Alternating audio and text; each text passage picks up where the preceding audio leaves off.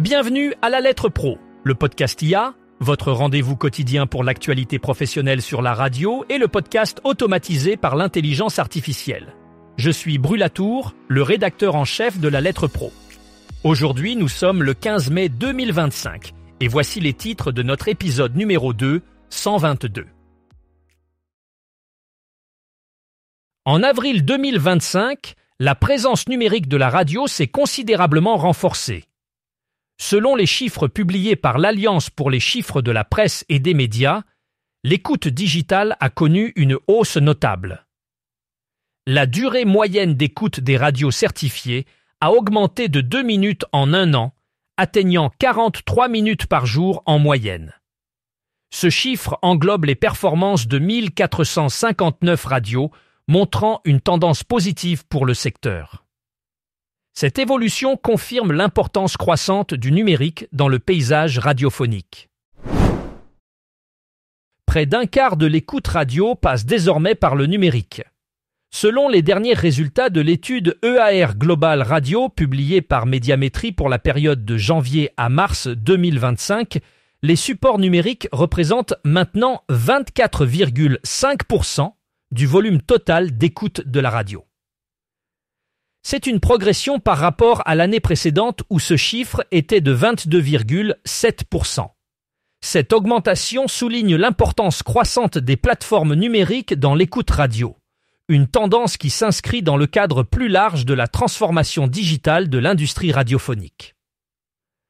Cette évolution est un indicateur fort de l'adaptation des auditeurs aux nouvelles technologies et de l'essor des contenus numériques dans le domaine de la radio. Les radios doivent donc continuer à s'adapter pour répondre à cette demande croissante et pour tirer parti des opportunités offertes par le numérique. Selon les dernières données, Share of Ear d'Edison Research, pour le premier trimestre de 2025, 51% des Américains âgés de 13 ans et plus paient maintenant pour au moins un service d'abonnement audio.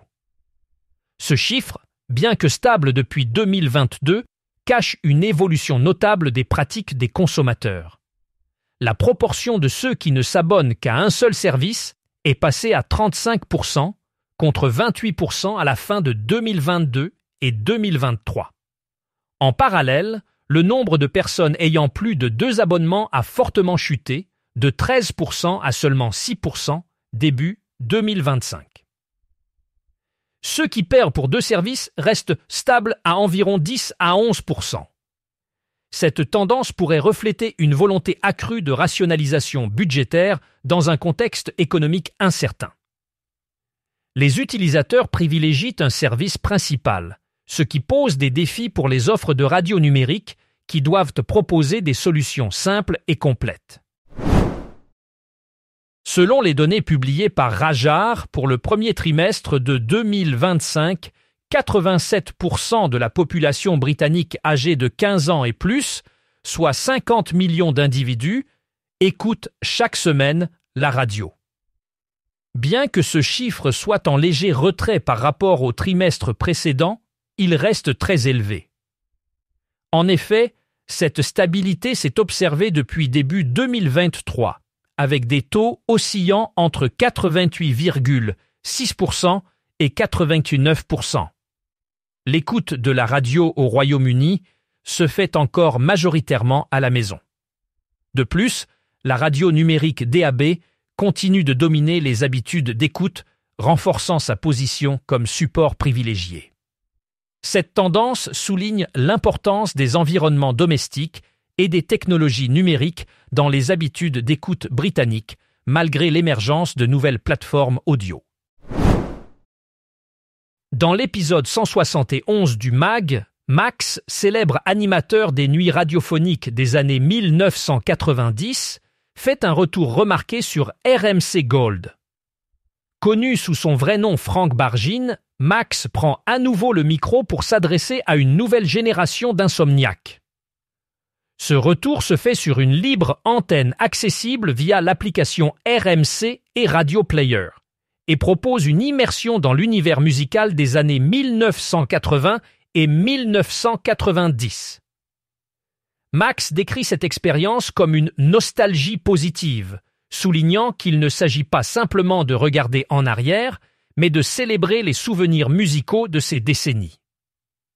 Ce programme nocturne vise à raviver l'esprit des émissions radio qui ont marqué une époque tout en s'adaptant au goût des auditeurs d'aujourd'hui, créant ainsi un pont entre le passé et le présent de la radio. Le groupe HFP Loisirs, connu pour son implication dans le secteur du divertissement avec un chiffre d'affaires de 15 millions d'euros en 2024, annonce l'intégration de la radio Jupiter FM dans son portefeuille d'activités. Jupiter FM, qui émet sur la fréquence 92,5 de Saint-Sébastien à Bayonne, amorce ainsi une nouvelle phase de développement. Cette acquisition s'inscrit dans la stratégie de diversification et d'expansion de HFP Loisirs, qui cherche à renforcer sa présence dans le secteur radiophonique en capitalisant sur la notoriété et le potentiel de croissance de Jupiter FM.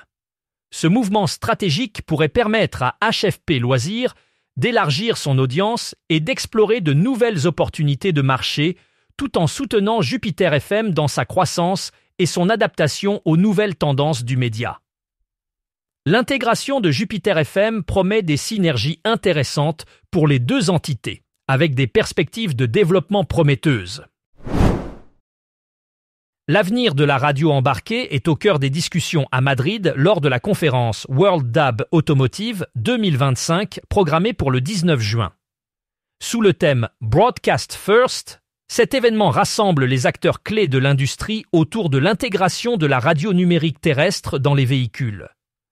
Organisée par World DAB, cette conférence réunit constructeurs, équipementiers, opérateurs radio et représentants institutionnels pour échanger sur les avancées du DAB plus en Europe, avec une attention particulière sur l'Espagne.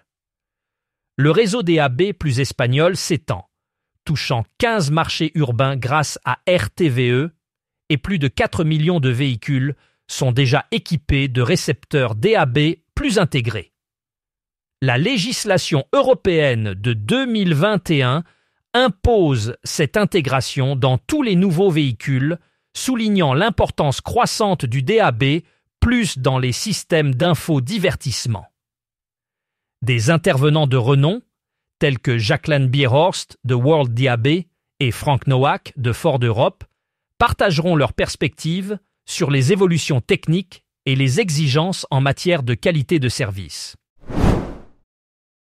Chéri FM s'invite à Disneyland Paris pour une édition spéciale de Réveil Chéri, diffusée ce vendredi 16 mai de 6h à 9h à l'occasion du Disney Music Festival.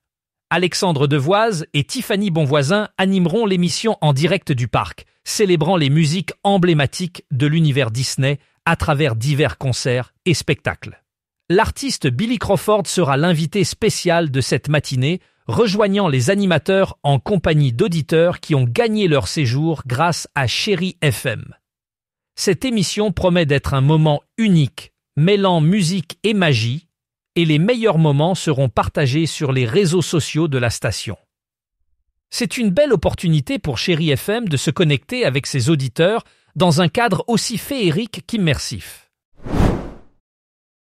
Dans les classements de podcasts publiés par l'Alliance pour les chiffres de la presse et des médias pour le mois d'avril 2025, plusieurs marques issues de l'univers radio parviennent à maintenir leur présence dans un paysage de plus en plus dominé par les purs players du podcast natif. Parmi elles, Radio Nova se distingue avec un total de 3 049 194 téléchargements dans le monde avec 24 podcasts, se hissant en tête des marques les plus performantes du mois. En nombre d'épisodes, elle dépasse les 4 300 publications, ce qui traduit une activité éditoriale intense et un ancrage solide dans la sphère podcast. Cette performance souligne la capacité des marques radio à s'adapter et à transformer l'essai dans l'univers du podcast, en maintenant une offre diversifiée et de qualité qui attire un public fidèle. Voilà qui conclut notre épisode. Pour en savoir plus sur ces sujets, rendez-vous sur notre site lalettre.pro. Vous pouvez aussi vous abonner à notre newsletter quotidienne pour ne rien manquer de l'actualité professionnelle sur la radio et le podcast. Merci d'avoir été à l'écoute et à demain pour un nouveau résumé de l'actualité.